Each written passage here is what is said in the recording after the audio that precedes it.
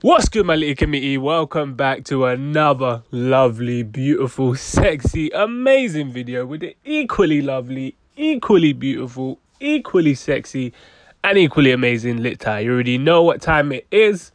Now let's go. Now the collab album that we've all been waiting for. I waited. We've been fiending for it. It's been teased multiple times.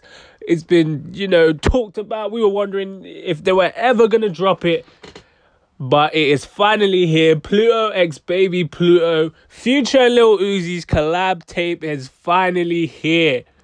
And I was going to drop this yesterday, but I thought I needed at least a day to properly, digest it and take in all this, litness and out of this world experience that was being put onto me. And now I've done that, and I'm not gonna lie, it's slapping. It's slapping. It's a hard album, I haven't heard any skips yet.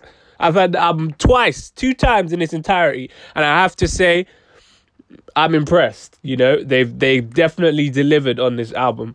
So, but you already know what time it is. We're gonna do a track by track breakdown. Well, maybe not track by track, because I think there's quite a few tracks on here. So I'm probably just gonna go through the tracks that I like the most and give my overall rating on the album, like I usually do. You already know what time it is. And yeah, this will be like a review / reaction. That's what I usually put in the title. So without further ado, let's get straight into it. Also, just a quick note, the two songs that they released before this album dropped, which was Over Your Head and something else, I can't remember the name, but I thought they were going to be on the album as well. But it seemed like that was just, to build up the hype for the project, which I thought was an interesting choice. But, they probably may have hella music in there in the vault, and those were just the ones that made the final cut. But anyway, let's get into it. So the first song they come in is called Stripes Like Burberry, and this song I just feel is personally just a great start. As soon as I heard that DJ S got will be on what black. That's not the way you sing that song, man. Future says that. As soon as I heard that, I knew we was in for a crazy wild ride. And obviously Uzi and Future are flowing on this track, and this is where you just begin to see the chemistry between the two. And yeah, it's just a great start. The next song's called Money on Me. Obviously, I think they say Money on Me, but this one had quite a hard beat, and it had I was getting Finding Nemo kind of vibes from the beat. I just heard the noise that is made in a fish tank. I don't know if you guys felt it, but I just heard like a fish tank typey noise in the background. Obviously, Uzi and Future are going back and forth on this one, and the chemistry on here is just amazing. They're playing off each other, so perfectly, and I just thought it was just a great song. The next one's Sleeping on the Floor, and the tempo started to increase a little bit here. Future was coming on very aggressively at the start. It was kind of a grim sort of beat here, but I was liking the vibe so far. And the swish, I don't know if you heard the swish ad-lib in the background. It was going like swish, swish. Oh, you ain't know I can sing? Or something like that. That was making it 10 times better for me. I was hearing that and I was thinking, oh, okay, cool. He's not know what they're doing with this one. Real Baby Pluto was the next one. I like this one as well. It's quite lit. Uzi just had a crazy flow at the beginning. He was just going off like Gunna was on Hot. It was that type of floating. And I just thought, wow, I'm mesmerized like Ja Rule. No homo. Pause. The next song is called Drinking and Smoking. And I think the guitar in the background of that song is really carrying it. It kind of reminded me of the same guitar thing that was used in Lemonade and PTSD by G Herbo. It had that kind of instrumental sound. And obviously Future was just giving us his, typical type of flow that he does. And, it was just a song I can imagine girls playing on their Snapchat, and not knowing the words and from not knowing the words and just trying to act like they know about Future and all that. But yeah, again, just clear cut chemistry between Uzi and Future. It was just crazy at this point. The next song was called $1 Million Plate, and that chorus, I can't lie, that chorus, that shoot up, That's not the way you sing that song, man. At this point, I'm just infatuated with the album. It's everything that we wanted. It's just got another great song.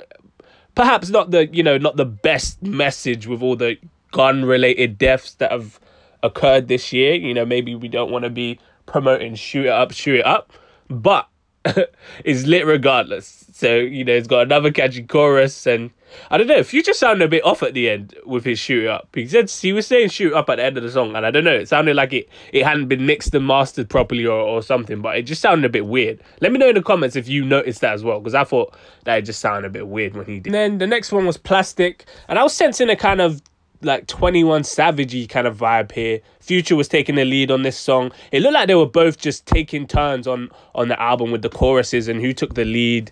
So I'm guessing it was kind of unfinished Future songs or unfinished Uzi songs, and they just brought it both together. But I feel like What a Time to Be Alive just sounded like a lot more unfinished Future songs that Drake just hopped on. But this one sounds like they had the layers of the songs, and then they both came and collaborated on it more. Next one was That's It, and I was definitely loving the vibe of this. Future again, flowing. He's just flowing. That's the one thing I can praise both Future and Uzi for. They know how to ride so well.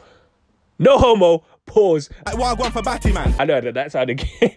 That sounded no homo. Pause. They know how to ride us every song, every beat. No homo. Pause. They know how to ride every song and every beat so well. I don't even know what they're saying half the time, but it just sounds lit. Like, I can't really go into like what they're actually talking about on this album because I don't know what they're saying, but it just sounds lit. The next one was Lullaby, and Uzi kind of takes like the solo road on this track. It seemed a bit more like a philosophical kind of track. Uzi was reflecting on his life. He's talking about seeing people die and all the drugs that he saw growing up, and as well as the ones that he's taking right now. And he was just talking about coming in and going out of the world alone. So I don't know. Uzi sounded like he was going for a breakup or something. Like he was trying to do an EXO Tour Life Part 3, because he was just talking about some crazy stuff. Like, I wasn't really trying to hear that on I was trying to hit litness, but I guess he had to get it off him on at least one of them. The next one was She Never Been to Pluto. And again, the beat here, it sounded quite arcadey and video game like. Let me know in the comments if you heard that as well. It just sounded like it was they recorded it in an arcade. But yeah, Uzi was doing good on this, and Future was just saying that he's not really trying to marry no girl, and you know, again, holding it up for the toxic guys. He's basically fighting with August Alsina for the title of the Toxicity King of 2020s. Next one was F Off That, and at this point, you would think that, you know, you're tired of these two, but they just keep coming with bangers. Again, beat slapping. It's a hard song. It's just hard. That's it. And the next one was called Bankroll. Another lit one. The beat here was very solid. I gotta say, the production on this tape is just top notch. The production, I think there was multiple producers. I don't think it was just DJ Esco, even though we heard that at the start, because I heard Zaytoven as well, and so I think it was multiple producers, but production is top notch. And then finally, the last song is called Moment of Clarity, and he's got some like Karate Kid background here, some like Kung Fu Panda vibes going on here. That's what I heard. It was, and it was just a crazy duo. I feel like these two just work so perfectly together. And Future's talking about how he's got more hits than Elvis, and I think at this point they just knew they made a fire tape, so they were just saying whatever they wanted to say. They were just freestyling at this point. I mean, although a lot of their songs do sound like freestyles, but it just still sounds lit regardless. That's not a diss, by the way. It just seems like they're making, effortless music, and that's not a diss either. Why does it keep sounding like this? It means that like it sounds like their music making process is effortless, like it just comes, naturally to them. That's what I think anyway. Overall, I feel like I'm gonna give this album a solid 7 or 8 out of 10. I feel like this is a very good effort. It's, for me anyway, it's lived up to the expectations. We got fire tracks. I don't think there's any skips on here personally. I might have to listen to it to a couple more times just to confirm that, because I did say that about Future's album at the start, and after I've listened to it again, there are some sleepers on there. I won't lie. But I feel like this is a solid project. I'm just so glad that we've gotten 2 Future tapes and we've gotten 3 Uzi tapes in 1 year. That is crazy. That was more than we could ask for. Although Uzi, I can't lie, We deserve it after you've been gone for 3 years. So we need 3 tapes to match up all the 3 years that you've been gone. So now you've delivered. I feel like you can cool off now. You can cool off a little bit.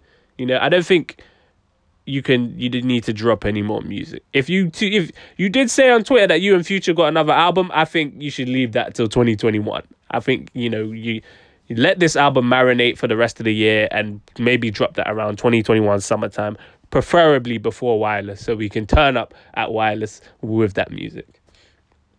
If you don't know what Wireless is, it's a music festival in the UK. But let me know what you guys think about the album. Let me know, did you think it was fire? Did you think it was trash? Did you think that they didn't live up to the expectations? Let me know your favorite songs on the album as well. Just comment down below. Don't forget to like, comment, subscribe. We're on the road to 200 subs, and you already know what time it is.